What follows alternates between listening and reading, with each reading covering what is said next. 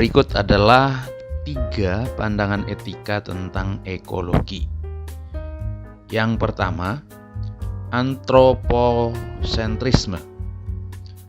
Antroposentrisme dari kata antropos berarti manusia. Adalah suatu pandangan yang menempatkan manusia sebagai pusat dari sistem alam semesta. Jadi teori ini didasarkan pada pemikiran bahwa segala kebijakan terhadap lingkungan hidup harus dinilai berdasarkan manusia dan kepentingannya.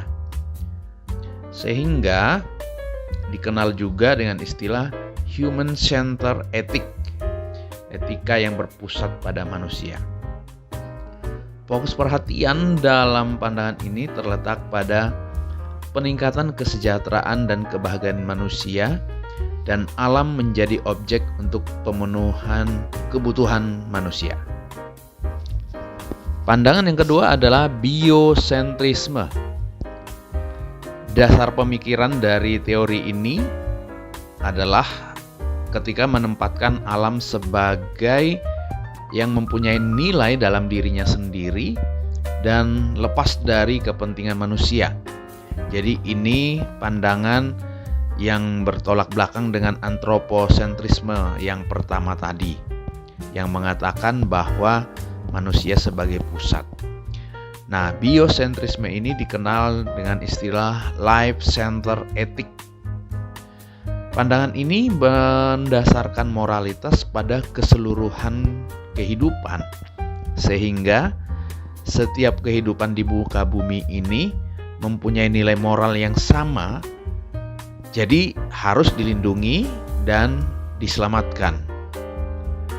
Nah, jadi pada prinsipnya teori biosentrisme berpusat pada komunitas biotis dan seluruh kehidupan yang ada di dalamnya. Manusia tidak akan mengorbankan makhluk hidup lainnya karena makhluk hidup itu bernilai dalam dirinya sendiri.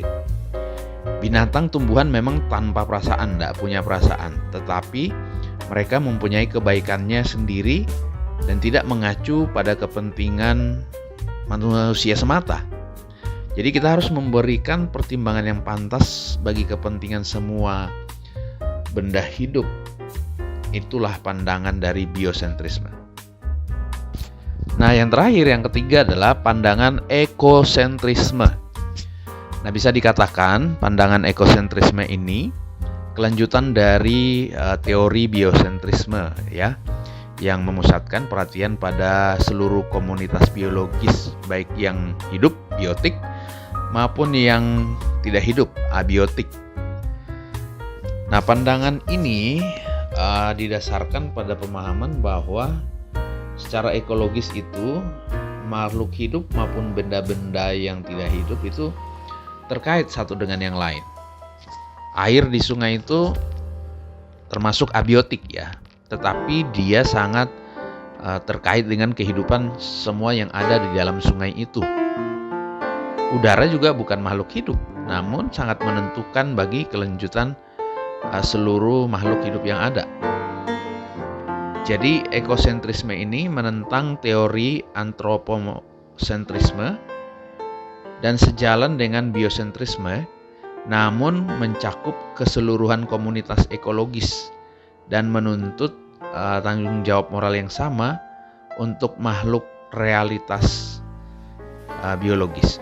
Jadi teori ini disebut juga dengan deep environmental ethics, yaitu satu paradigma yang baru tentang alam dan seluruh isinya dalam kaitan upaya mengatasi persoalan lingkungan hidup. Nah, ini 3 pandangan etika ekologi.